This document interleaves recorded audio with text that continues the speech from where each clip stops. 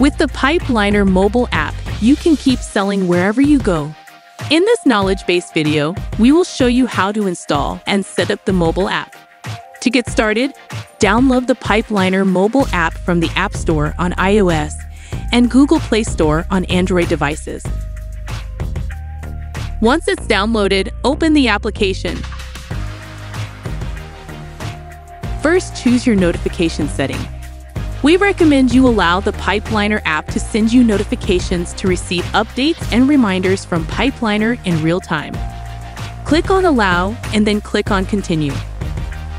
Enter your account email address. You'll have to use the same email and password that you use on your desktop Pipeliner account. Now enter your account password. Next, you have to enter the verification code from an automated security email sent to your email address.